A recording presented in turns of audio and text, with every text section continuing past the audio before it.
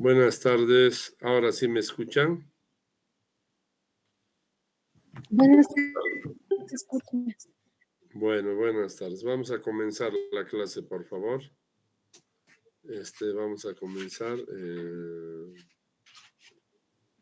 Voy a compartir pantalla. ¿Están viendo o no? Sí, doctor.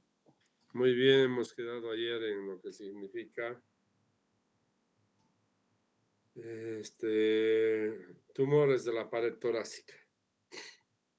Bueno, hemos hablado de los tumores de paredes blandas, de las partes blandas, y también hemos hablado de los tumores de la parte ósea. Así deberíamos dividir los tumores de la pared torácica. ¿Me están viendo a mí o solo hay audio? Sí se A puede usted, ver doctor, también. claramente. Ya. ¿Mi cámara está cerrada o está abierta? Está abierto, doctor. Ya. Entonces, ¿me pueden ver lo que estoy haciendo? Muy bien. Ya. Lo que les decía. Los tumores de la pared torácica se ven en lo que significa tumores óseos y blandos, que es lo que quiero que sepan. Ayer les hablaba de la parte introductoria. Nosotros necesitamos saber cuáles son los tumores más frecuentes. ¿Cuál es el tumor más frecuente de las partes blandas? El tumor más frecuente es el lipoma en la pared torácica, en el tórax. Y el más frecuente de las partes óseas es el osteocondroma. En realidad es eso en la parte benigna.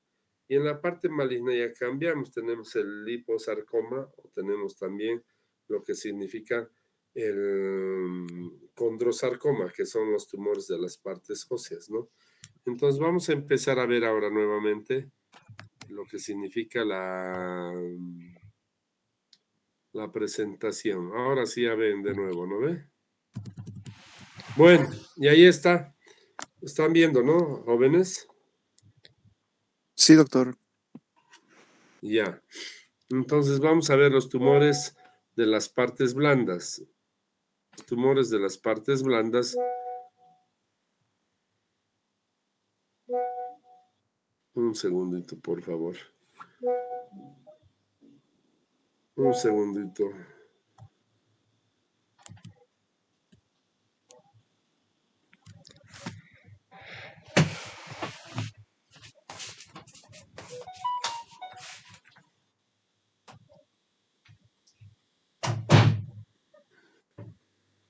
¿Están viendo pantalla o he dejado de compartir?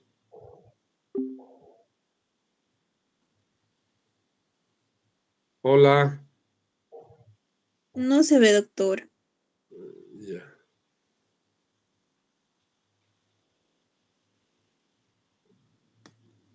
Muy bien.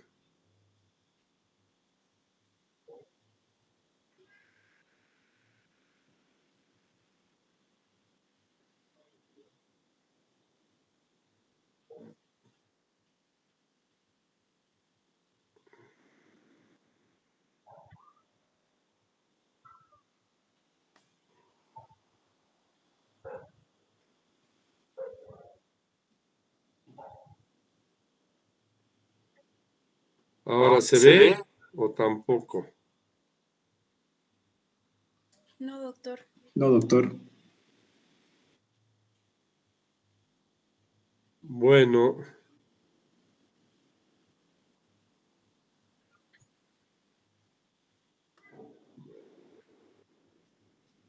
Qué pena. No vamos a poder hacer la clase. A ver, un segundito, permítanme.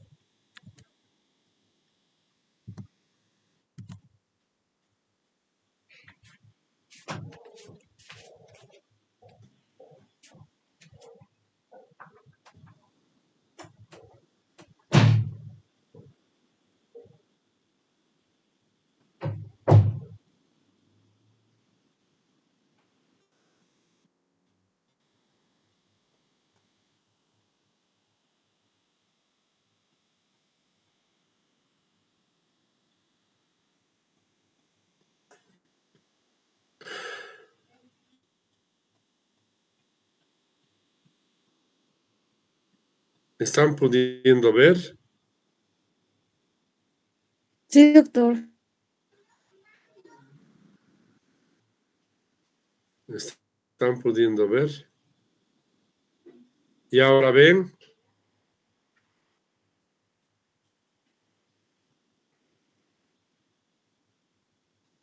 ¿Y ahora ven? Se ve la pantalla de Google. Pero no la presentación, doctor. Yo no puedo ver la presentación. Nadie me escucha, les pregunto, nadie habla. La verdad, nadie habla. No sé qué voy a decirles. Ahora se puede ver tampoco, ¿no? No, doctor, no se ve. Ya nadie dice nada. A ver, voy a deshacer la presentación.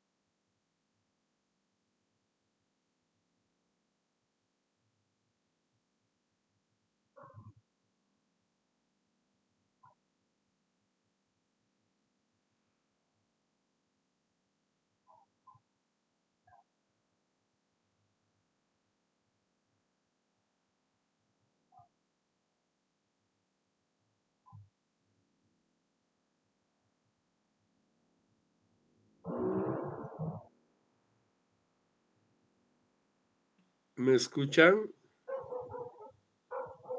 Sí, doctor. Sí, doctor.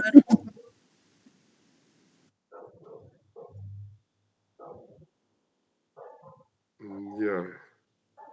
A ver, voy a intentar de presentar de aquí.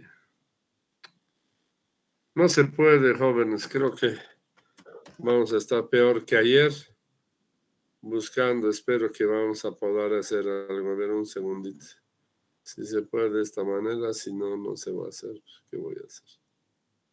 He intentado de varias maneras de hacer.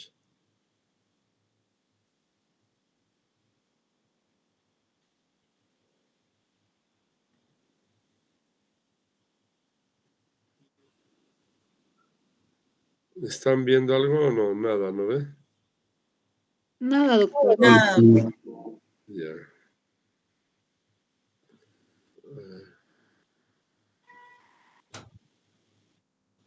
Ahora sí, ya ven, ¿no? Sí, doctor. Sí, doctor, Ya se ve. voy a seguir, ¿ya?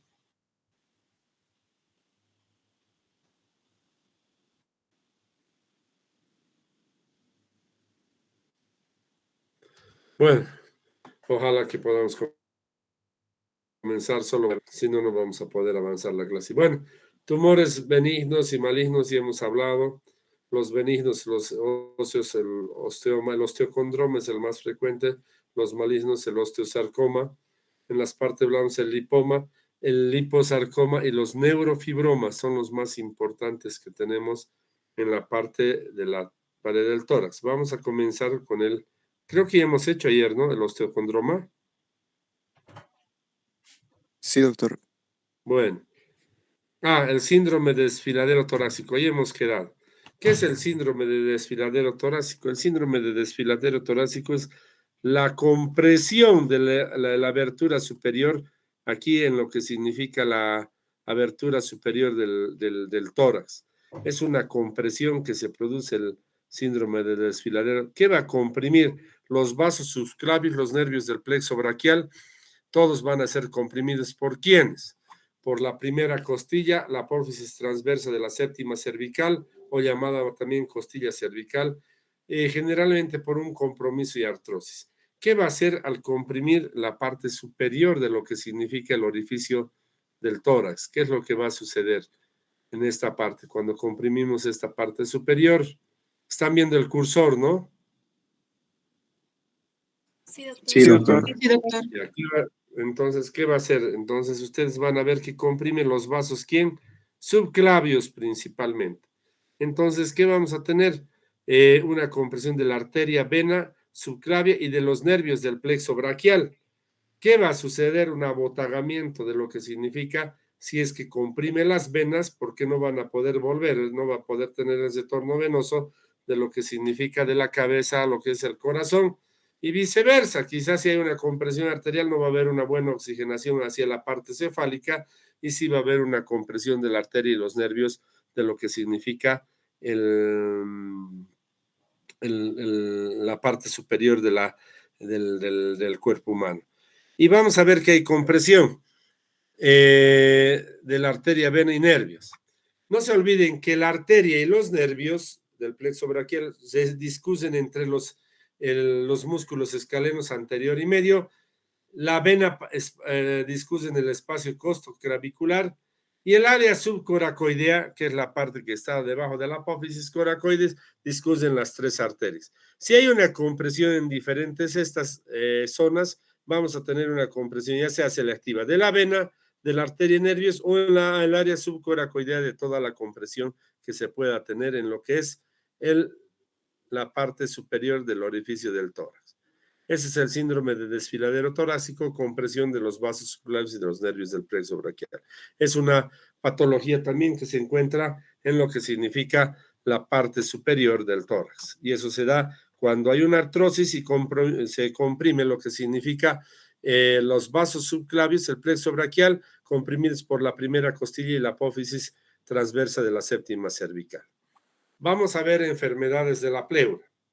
¿Qué son enfermedades de la pleura? Lo que les decía, pleura y pared torácica tiene un contexto que está englobado en lo que significa también la parte del funcionamiento del pulmón. Y vamos a ver la pleura, vamos a ver en la anatomía, la pleura parietal y pleura visceral, que es lo que tenemos nosotros en lo que significa la anatomía del tórax. Y entre ellos va a haber el espacio, ¿no ve? El espacio pleural que vamos a tener, que es donde sucede varias de las alteraciones y podemos encontrar, por ejemplo, desame, neumotórax, el desame pleural que sea ya sea benigno, maligno o también por traumas, lo que es el hemotórax. Es el espacio pleural en lo que significa la cavidad pleural.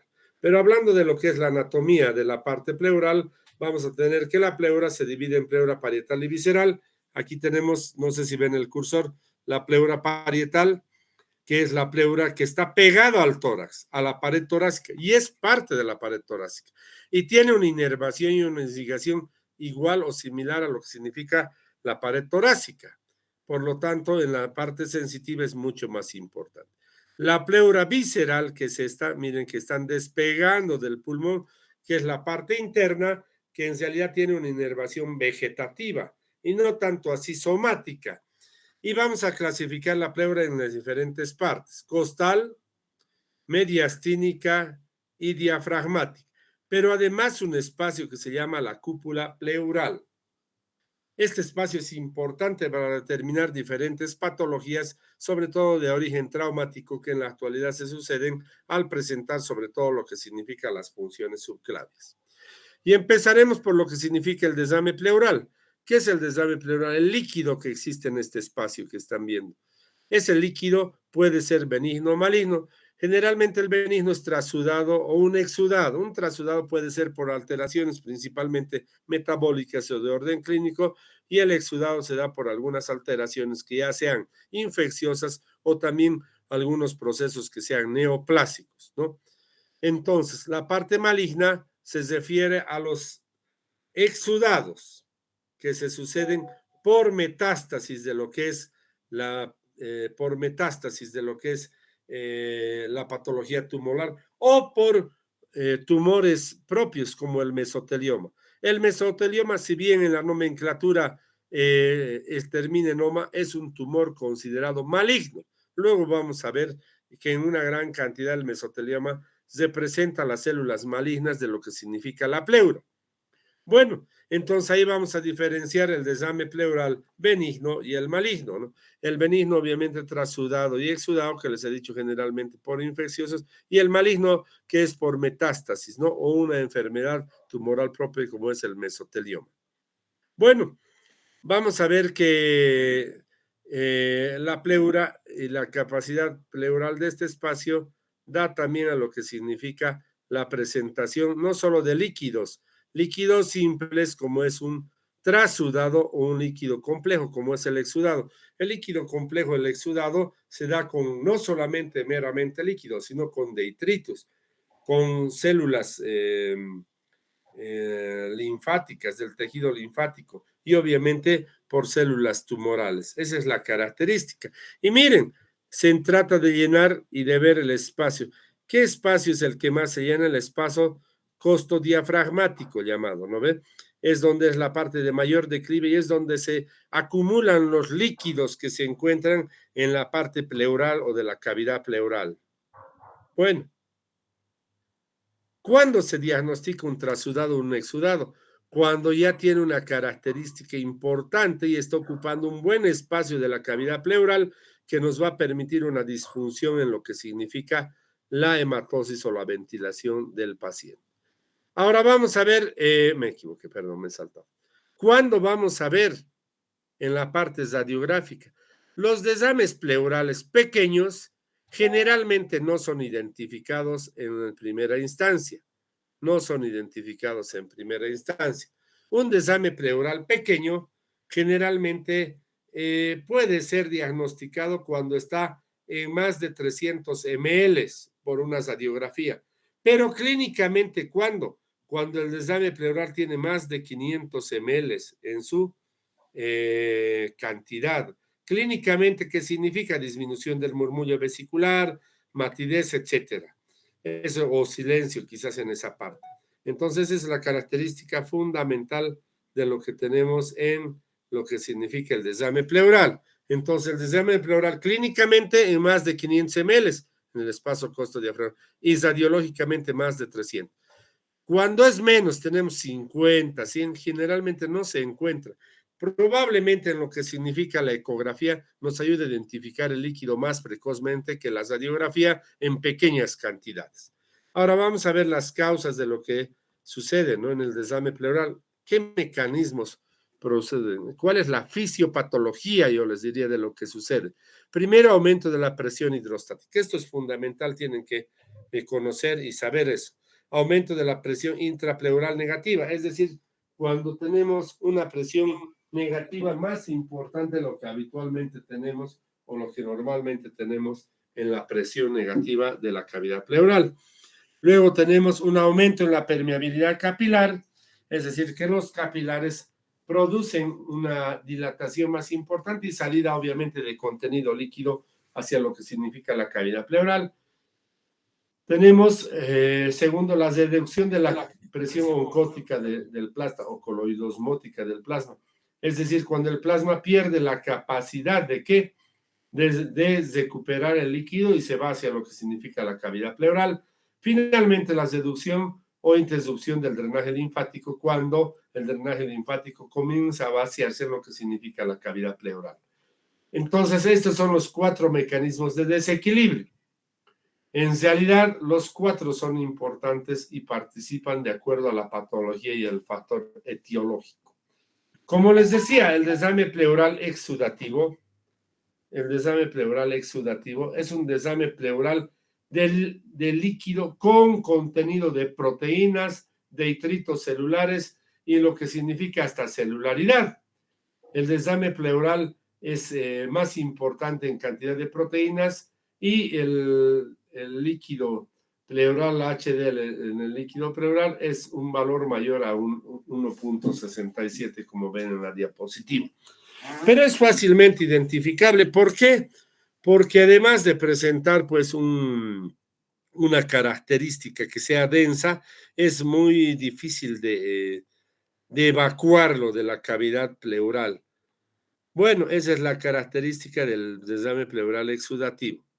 Los desames pleurales exudativos, esto anoten por favor, generalmente se da por procesos infecciosos, tuberculosis, los neumococos pueden producir un desame pleural exudativo que puede producir además un proceso de acumulación de líquido purulento y obviamente tiene las características de ese aspecto.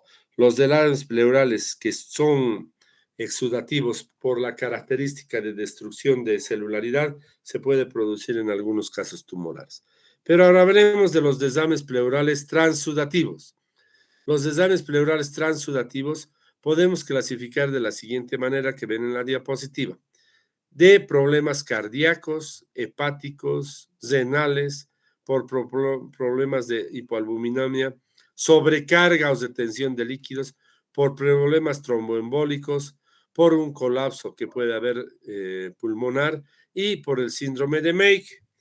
Este último lo vamos a comentar como un síndrome que viene de origen ginecológico y que tiene una característica de lo que significa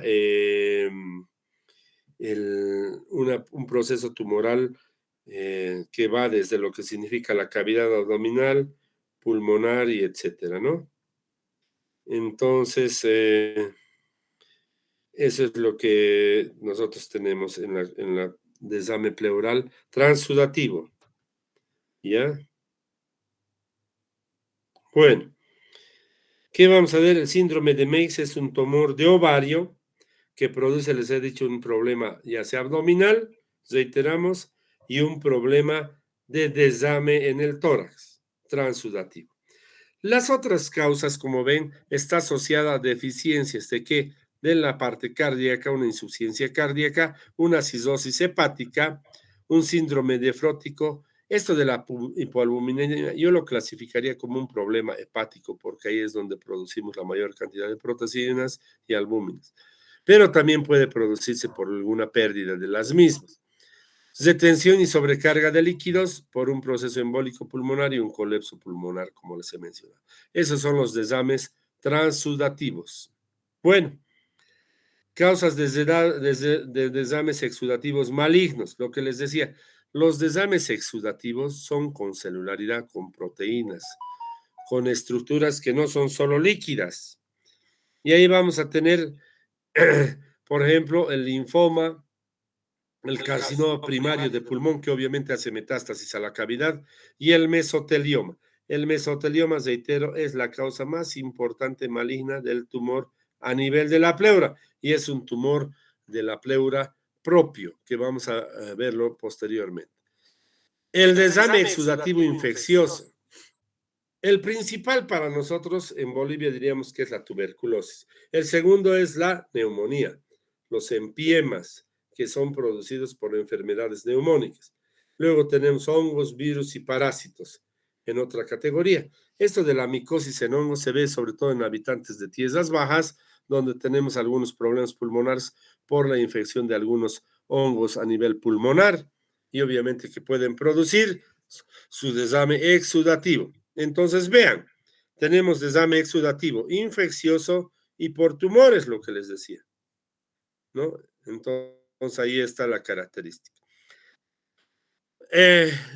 Desames relacionados con colagenosis vasculares o enfermedades autoinmunes. Tenemos el lupus, artritis, la granulomatosis de Wegener, el síndrome de Creutzfeldt-Strauss, que son características de lo que significa la parte exudativa por enfermedades autoinmunes. Vamos a hablar de lo que significa la artritis. La artritis es conocida, ¿no ve? Y es conocidísima en el tratamiento, sobre todo de los pacientes y ancianos que tienen un problema, ¿no? La granulomatosis es una poliangitis, que significa un problema vascular en todo el organismo, ¿no? y se produce una irrigación sanguínea deficiente en los tejidos y que va a producir algunos daños en el propio pulmón, por ejemplo. El lupus eritematoso, también otra enfermedad conocida, ¿no? El lupus eritematoso es una enfermedad autoinmune, ¿no? Una enfermedad que está causando muchas molestias en lo que significa la vida del paciente en la actualidad, y se está identificando. Por último, el síndrome de Krug-Strauss es una inflamación de los vasos sanguíneos, es una vasculitis también que se produce en varios lugares, es también una poliangitis, ¿no? Es decir, en cualquier parte se puede producir del organismo, igual que la de Wegener. Entonces son poliangitis que no son muy frecuentes, que pueden estar presentes. Lo más frecuente es la artritis y el lupus, ¿no? Relacionadas con trastornos respiratorios digestivos o trastornos respiratorios o digestivos, como les decía. Primero, la perforación esofágica, que es fundamental en las endoscopías. Muchas veces se ha visto ese problema y realmente es un problema muy desastroso. La perforación por los abscesos subfrénicos, pancreatitis o quistes pancreáticos, el síndrome de Meigs, que ya les he dicho es una enfermedad tumoral de la mujer propia que produce una ascitis, pero también produce un problema en lo que significa el pulmón.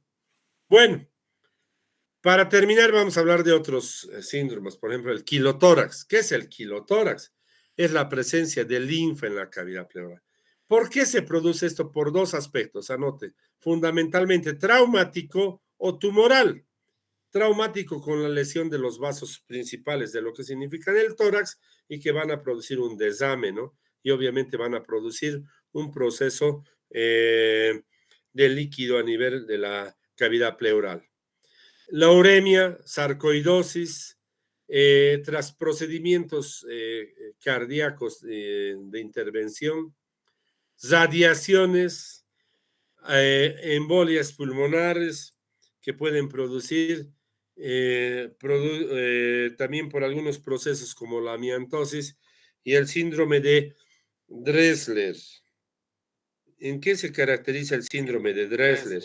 El síndrome de Dressler es una inflamación que existe en el pericardio, una pericarditis inflamatoria que obviamente puede producir un desame que va a irse hacia la cavidad pleural.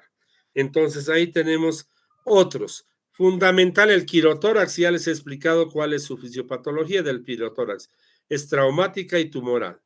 Bueno, vamos a ver el desame pleural más de 300 ml que se ve en la radiografía de tórax y más de 500 en lo que significa la clínica del paciente, porque creo que no afecta.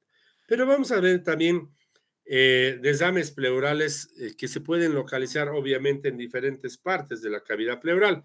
Vamos a empezar primero por el desame pleural en el seno costodiafragmático, como hemos visto, y es en la mayor parte de los pacientes, como pueden ver, tiene una curva, puede ser cóncava hacia arriba o una horizontal, dependiendo a lo que signifique el desame de cada uno, si es exudativo o transudativo. Transudativo generalmente es horizontal.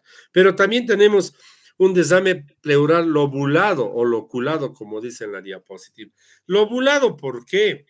Porque en estas zonas hay afecciones neumocócicas generalmente por problemas neumónicos que van a producir alteraciones segmentarias. Ahora, ¿qué? El germen más identificado es el neumococo, puede ser, pero el más difícil manejo y el más peligroso, el que más se encuentra, es el estafilococo. Es el que nos da una buena cantidad de desames pleurales lobulados o segmentarios, como ven aquí en la parte del lóbulo derecho superior o en el lóbulo inferior.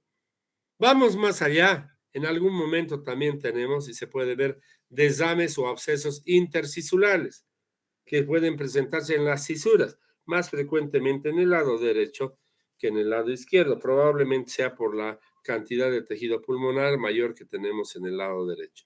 Esos son los cisurales. Y ahora vamos a ver las radiografías. Miren las cisurales, qué interesante. Son desames en las cisuras. Pueden ser acompañadas o no de procesos infecciosos o neumónicos. Bueno, y aquí te damos desames pleurales masivos. Hemos tenido la oportunidad de tener estos pacientes en lo que significa la parte de la actividad diaria. Quiero decirles que que estos pacientes generalmente tienen una hematosis muy complicadas.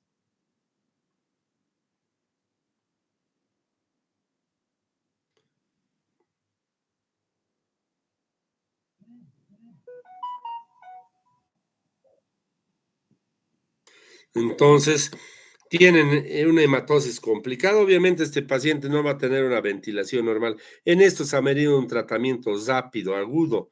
Entonces, una intervención que puede ser una punción, una toracocentesis o una toracocentesis o una toracostomía con tubo. Si es exudativo, es mejor hacer una toracostomía con tubo. Si es transudativo, una punción, una toracocentesis. Reitero, los desmanes pleurales exudativos pueden anotar, generalmente se tratan con tóraco, tubo de tórax, ¿no? Y los desmanes pleurales transudativos con toracocentesis, ¿no? Entonces ahí tenemos evacuación de toracocentesis en transudativos y en los exudativos toracostomía con tubo. Y aquí tenemos la placa, miren, totalmente velado, ¿no? Bueno, ahora veamos el empiema pleural. ¿Qué es el empiema? Es la inflamación piógena y supurativa de la cúpula pleural, o de la cavidad pleural. No, obviamente que es el exudativo. ¿Por qué? Porque tiene una cantidad de componentes, ¿no? Se puede producir por contaminación directa de una herida, que es muy poco frecuente, por diseminación hematógena, por contaminación directa del parénquima pulmonar, que es fundamental, eso sobre todo en la tuberculosis, en las neumonías, por ruptura de un absceso pulmonar, también por las mismas causas, o por problemas desde el mediastino, como hemos visto que en algún problema puede haber por una perforación de esófago, por ejemplo, o una mediastinitis por algún problema que haya ido de un absceso submandibular, una glándula submandibular que se ha inflamado y va hasta el mediastino. Esas son las causas, eso es importante. El empiema pleural es la presencia de pus en la cavidad pleural y nuevamente, generalmente es por la contaminación directa, ya sea por problemas de neumonía o por problemas de tuberculosis, luego por abscesos pulmonares y luego por las otras que son una causa que no son tan frecuentes como las que les he mencionado. La clínica obviamente va a tener tos, fiebre, malestar, dolor torácico importante y vamos a tener una alteración sistémica que va a presentar al paciente un malestar general y lo que significa la anorexia. Bueno, dividimos en tres fases. La fase aguda del empiema pleural, que es la fase donde se empieza la contaminación y el paciente comienza a presentar algunos síntomas prodrómicos, como alzas térmicas, etcétera, tos, y la fase proliferativa, que se presenta después de 48 horas. Esa es la fase más importante, es donde generalmente acude el paciente, donde hay una alteración general, hemos dicho, en lo que significa el paciente, con alteración del estado general, malestar general, anorexia, fiebres importantes de 39, 40 grados.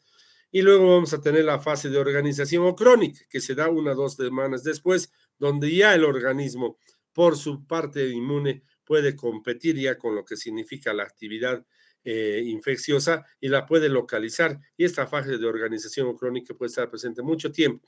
El tratamiento definitivamente en el empiema pleural es el drenaje. Generalmente toracostomía con tubo, le estoy diciendo, no punción.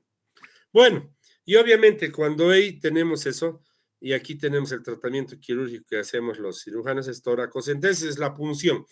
Generalmente la toracocentesis se hace a nivel de donde tenemos el desame y se saca el contenido. Cuando es purulento o exudativo muy espeso, no puede salir y hay que hacer una toracostomía con tubo que se hace en el 5º a 6º espacio intercostal. Pueden anotar línea media clavicular o línea línea axilar anterior o línea axilar media. En esas dos podemos hacer línea axilar anterior o línea axilar media, 5º a 6º espacio intercostal, y es introducir un tubo de tórax a un sello de agua para que pueda ser vaciado esta cantidad de líquido purulento que se encuentre. El tratamiento médico no nos debemos olvidar, ¿no? El Streptococcus pneumoniae es el más importante, pero en los lobulados, ¿cuál es el más importante? El estafilococo. es lo que quiero que quede. El estafilococo es el que nos da más lobulados, el neumonía es el que nos da más generalizados, muy poca vez nos da localizados. Bueno, por último vamos a hablar de lo que significa el quilotórax que hemos hablado y el neumotórax, ¿no? El neumotórax y lo que significa el hemotórax, ¿no? Bueno, veamos, el quilotórax. El quilotórax, les he dicho, es traumático y neoplásico. Traumático, vamos a ver, generalmente es producido el traumático por lesiones penetrantes. En algún caso, contusos que hayan lesionado y desgastado, pero generalmente son penetrantes que están en los vasos más importantes, en los vasos linfáticos más importantes, el conducto linfático derecho o izquierdo, que son importantes. De aquí de los traumáticos voy a extratar esto que es importante, los traumáticos iatrogénicos. Y este es el fundamental y subrayen, el que se hace en la punción subclavia o de la vena subclavia, el catéter venoso central subclavio. Generalmente puncionamos y podemos lesionar, porque ahí cerca están los conductos linfáticos del tórax. Postquirúrgico, cuando se hace una disección del pulmón, escisión de los ganglios linfáticos cervicales supraclaviculares, por disecciones del cuello del tórax, cuando se hace una disección de lo que significa los ganglios, o disección pulmonar, esofágica o mediastínica, cuando se separa los aneurismas torácicos, cuando hacen las simpatectomías o en cirugías cardiovasculares que van a producir una lesión a nivel de los vasos linfáticos que existen en el tórax. Por lo tanto, vean, el traumático es todo el iatrogénico, porque es un trauma también. Pero tenemos también traumático contuso y penetrante que es ocasionado por terceras personas. Los neoplásicos, los linfomas, los carcinomas metastásicos, las neoplasias pulmonares que van comprimiendo y produciendo lesiones linfáticas o las lesiones tumorales esofágicas o mediastínicas que son muy poco frecuentes. Considero que el linfoma y las neoplasias pulmonares, el cáncer de pulmón, son los que producen mayor cantidad de quilotórax. El carcinoma metastásico también puede producir. Finalmente, quilotórax infeccioso, la tuberculosis por una mediastinitis o una linfagitis ascendente son procesos infecciosos que pueden estar en lo que significa el quilotórax, que no es muy frecuente, pero puede suceder. Bueno, para terminar, vamos a hablar de lo que significa el neumotórax. ¿Qué es el neumotórax? El neumotórax es la presencia de aire en la cavidad pleural. ¿Y qué va a pasar cuando se produce aire en la cavidad pleural que tiene una presión negativa? El pulmón, vean, se va a colapsar. Miren, aquí el pulmón es neumotórax derecho. El pulmón izquierdo está bien expandido. Y el derecho, miren, se ha vuelto pequeño, se ha chuzudo, si decimos en nuestra terminología vulgar, se ha vuelto pequeño, se ha colapsado, esa es la palabra técnica. Cuando existe aire, ingresa y se colapsa. ¿Y qué vamos a tener? Que no hay aire o no hay un pulmón, perdón, si hay solo aire. Y esto va incluso a desplazar cuando esa tensión, el pulmón del lado izquierdo y el corazón hacia el otro lado. Veamos aquí un colapso pulmonar, un neumotórax, por un neumotórax en el lado izquierdo. Miren, no hay trama pulmonar, es decir, los bronquios terminales, las arterias, las venas, como en el lado derecho. Miren, todo está negrito, es decir, es adiopaco. Y aquí está el pulmón colapsado, miren, y aquí está la silueta cardíaca que está desplazándose hacia el lado derecho. Entonces, el neumotórax es el ingreso de aire en la cavidad pleural que va a producir un colapso pulmonar que obviamente que vamos a tener neumotórax de diferente tipo. Tenemos los neumotórax que son isotensivos, hipertensivos. Los isotensivos pueden entrar y salir en forma de válvula, pero generalmente se producen estos que son los hipertensivos que van a comprimir el corazón hacia el otro lado. Bueno, en el neumotórax vamos a hablar la próxima clase. Con esto terminamos lo que significa la clase de hoy y vamos a terminar neumotórax, hemotórax y vamos a empezar la siguiente clase, por favor. Bueno, creo yo que he dejado ya de compartir, ¿no? hemos terminado esta parte que nos importaba de pared torácica y estamos viendo lo que significa ahora las enfermedades de cavidad de la pleura. Y hemos visto quilotórax, hemos visto el desame exudativo transudativo. La próxima hablamos de lo que significa el neumotórax, de lo que significa el hemotórax y vamos a terminar con eso, pared torácica. Listo, jóvenes, buenas noches, nos vemos mañana a la misma hora y disculpen por el problema técnico que he tenido. Hasta luego, buenas noches. Hasta Buenas luego. noches, doctora. Gracias, doctor.